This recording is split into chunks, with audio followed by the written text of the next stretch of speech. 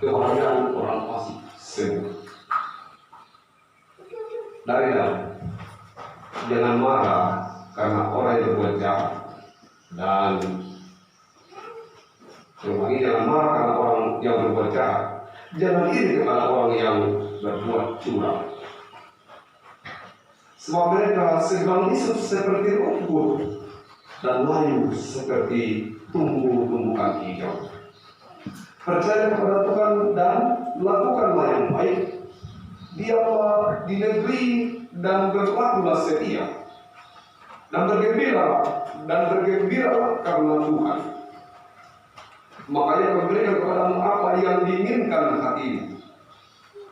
Serahkanlah hidupmu kepada Tuhan dan percaya kepadanya, dan Ia akan bertindak.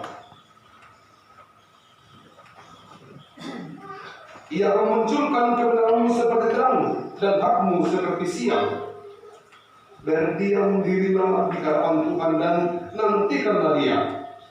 Jangan marah karena orang yang berhasil dalam hidupnya, karena orang yang melakukan tipu daya.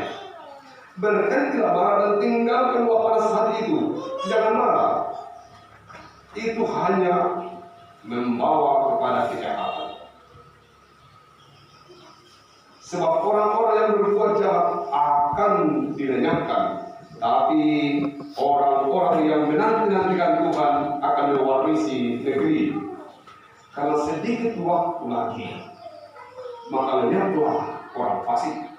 Jika engkau memperhatikan tempatnya, maka ia sudah tidak ada lagi. Tetapi orang-orang yang rendah hati akan mewarisi negeri dan bergembira karena kesejahteraan yang berlimpah-limpah. Demikianlah kepada firman Tuhan. Terima kasih yang merenungkan doa Tuhan siang ataupun malam hari ini. Nasib orang jahat dan nasib orang rendah hati. Nasib orang jahat dan nasib orang rendah hati. Judul ini diberikan oleh nasib orang jahat dan nasib orang rendah hati. Saya simpulkan agar lebih pendek, jangan iri pada orang jahat. Jangan iri pada orang jahat. Yang pertama, kita harus tahu dulu apa saja yang masuk dalam kategori orang jahat. Apa saja yang masuk dalam kategori orang jahat. Kita harus sepakat dulu apa saja yang masuk dalam kategori orang jahat. Segala yang mengarah kepada kejahat atau keburukan, misalnya pencurian, pembunuhan. Nah, itu yang kategori umum di dalam kejahatan. Ya, Secara manusia. kita harus tahu dulu itu sudah satu benar. Apa saja yang masuk dalam kategori orang jahat. Kira-kira kita sepakat dengan itu secara umum. Kemudian yang kedua, siapa saja? Itu tadi apa saja? Pasti langsung kamu banyak, tidak tahu semua. Tapi kamu bilang lagi masuk dari kecil lagi, siapa saja? Nah, ini jadi prinsip. Tadi apa saja? Banyak. Sekarang siapa saja? Dari harus dipikir-pikir ini mau berjalan. Orang-orang yang tidak punya prinsip hidup berpegang pada firman atau ajaran Tuhan, itu yang termasuk dalam golongan orang-orang jahat. Apa saja sudah jelas. Siapa saja ini masih bias karena di dalam orang-orang. Siapa itu menunjuk kepada mulai terlihat pada person. Ini sebenarnya terlalu takut kita lakukan. Kita terlalu membuat banyak hal dalam spekulasi yang besar. Ketika dia sudah mendekat-dekat dengan diri kita, berat saudara salah. Siapa saja, saya percaya bahwa bukan kita. Kita bukan masuk dalam kategori orang-orang jahat. Karena ketika itu kita melakukannya, maka kita akhirnya terjebak dalam jalan iri pada orang jahat. Jemaat yang dikasihi Tuhan, posisi sudah jelas siapa apa dan siapa orang jahat itu. Mazmur ini menceritakan, Mazmur 73 ini menceritakan begini. Nasib orang jahat. Dalam bahasa yang dikatakan raat. Orang jahat pertama akan mendatangkan chaos atau kekacauan. Mereka yang selalu mendatangkan kekacauan dimanapun dia berada, dia orang jahat. Kalau Anda merasakan itu, Anda orangnya. Bahwa di mana Anda berada selalu masalah, di mana Anda berada selalu ribut. Termasuk kalau Anda selalu bermasalah di rumah Anda masuk dalam kategori orang jahat di rumah sendiri. Saya tidak tahu mencari jahat orang jahat. Terus saya sering bawa diri. Dimanapun kita berada, jadi kalau kita merasa bahwa kacau perlu kirim di bapak Anda. Dengan kita kasih kalau ada ibu, itu bapak tidak masuk dalam kategori. Dan mendatangkan orang yang mendatangkan chaos atau kekacauan. Kedua, kehadiran orang-orang jahat itu akan mendatangkan Allah. Allah itu adalah ketidakadilan. Kita selalu merasa bahwa dia selalu ada yang tidak ahli dalam kerjaan. Baik ketika dia membagi atau memberi atau membentuknya selalu tidak adil. Itu pasti dia jahat. Dan ketika itu megasima dalam cerita ini, yaitu selalu dia merencanakan yang jahat. Programnya itu kalau kita coba tidak pun setia apa yang kita membuat orang begini dan lebih baik dari hari ini susah. Tapi kita katakan bagaimana caranya dia cepat, strategi liciknya tinggi. Selalu begitu. Yang tepat itu rasa bahwa dia adalah orang yang hidup melakukan, tidak takut melakukan kriminalitas atau tidak takut melakukan pelanggaran hukum. Dia merasa aman saja dengan hal-hal buruk itu. Aman saja dengan melanggar.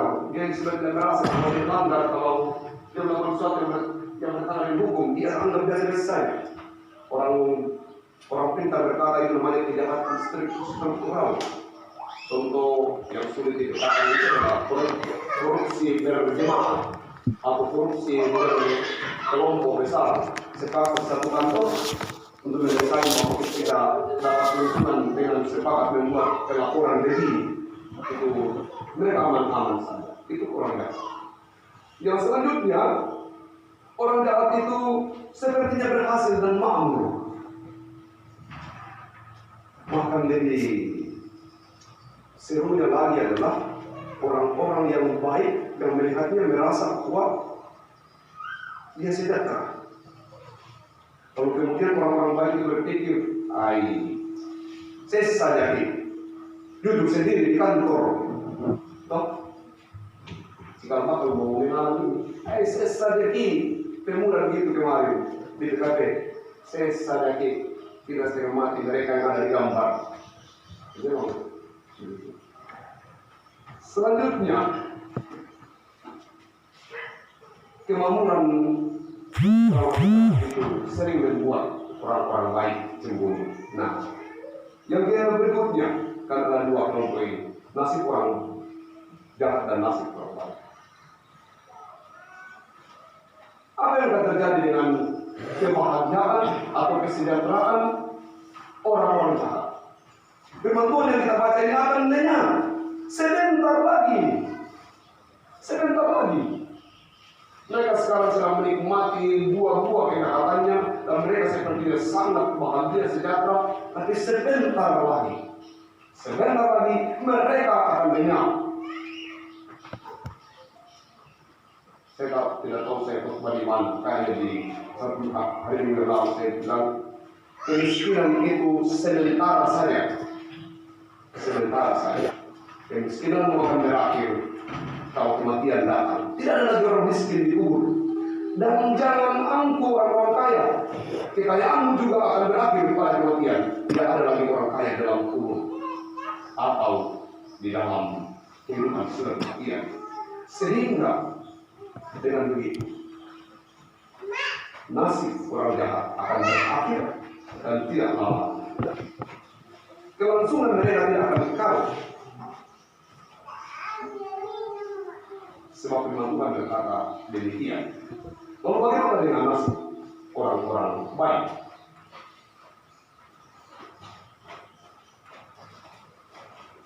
nasib orang baik. Sebelum dilanjutkan, kita harus memutuskan sekarang bahwa orang baik belum tentu rendah hati. Di sini yang kita bahas bukan orang baik, tapi yang dibahas adalah orang rendah hati. Mazmur 37 membahas bukan orang baik, karena orang baik belum tentu rendah hati. Banyak orang baik gagal menjadi membuktikan kebaikannya karena tidak diikuti dengan rasa rendah hati. Kebaikannya diungkapkan dalam kesombongan diri. Tetapi sudah pasti bahwa orang rendah hati pasti baik. Sehingga kata sini bahwa nasib orang rendah hati takwa, menanti, nantikan, sabar menantikan. Kira-kira gambarannya bahwa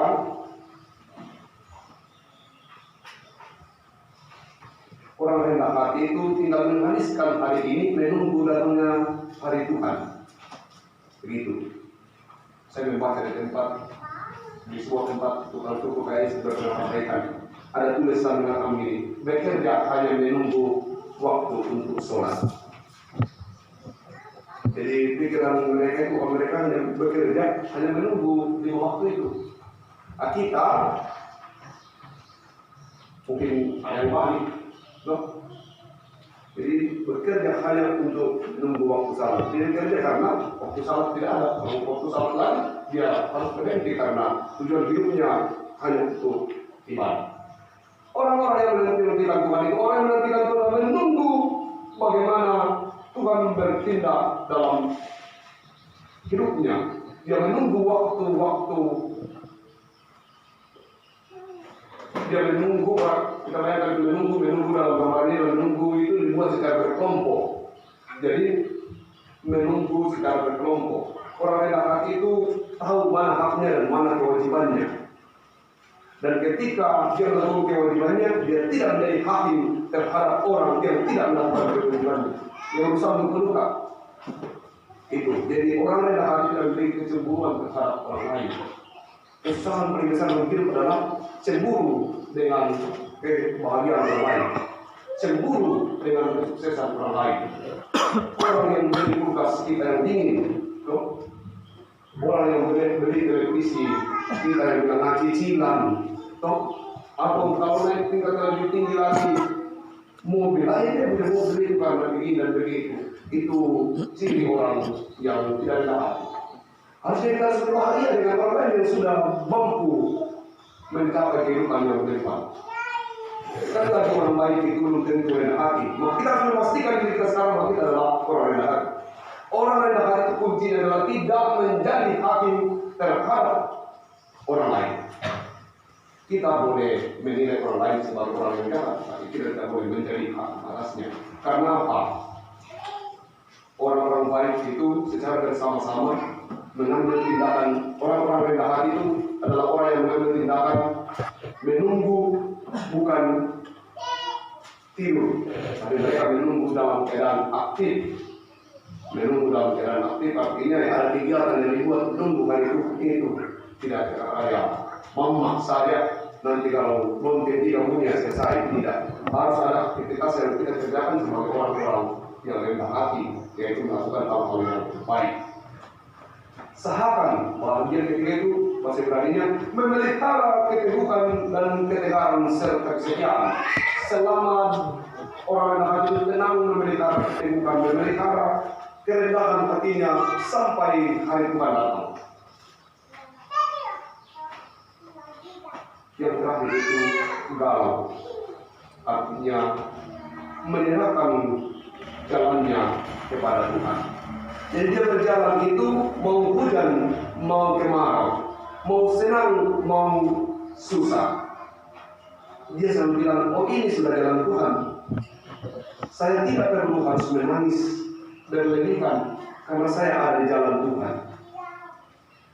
Melakukan segala sesuatunya dan menjalani kehidupannya di atas jalan Tuhan, tetap di jalan Tuhan, sehingga seluruh persoalan akan datang. Karena seluruh persoalan yang datang akan dihadapi secara baik karena dia tahu dia ada di jalan Tuhan. Dalam persiapan PKP, saya diskusi dengan pendeta Prianto, pendeta dari viral sekarang. Beberapa orang masuk ke dalam Kristen dan viral ke sana kemari berkhotbah. Karena memang kesaksian hidupnya bahwa harus dibunuh dan seterusnya oleh keluarganya, dibuang dan seterusnya. Sayangnya, ada orang yang sudah 50 tahun Kristen.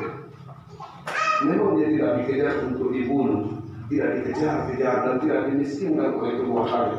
Tapi apakah kamu tidak bertanya kepadanya, bos, bagaimana engkau bisa Kristen selama 50 tahun?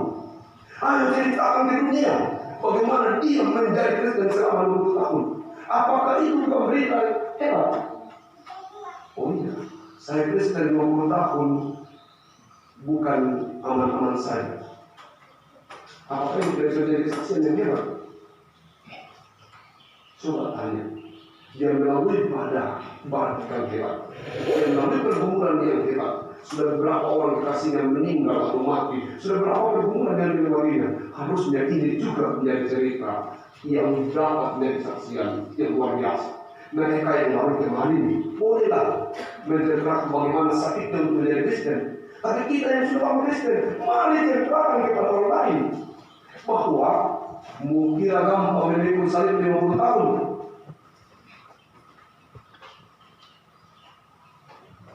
Orang sampai dan orang yang rendah hati. Orang rendah hati tidak akan iri. Dia akan menyerahkan dalam hidupnya kepada Tuhan. Jangan cemburu. Jalani hidupmu, buktikan bahwa kerendahan hatimu menunjukkan realitas bahwa kamu adalah orang yang baik. Karena sedikit waktu lagi, maka lenyaplah orang fasik. Jika engkau memperhatikan tempatnya, maka ia sudah tidak ada lagi. Tapi orang-orang yang rendah hati akan mewarisi negeri ini dan bergembira karena kesejahteraan yang berlimpah-limpah. Tuhan kita untuk menelaah firman-Nya. Amin.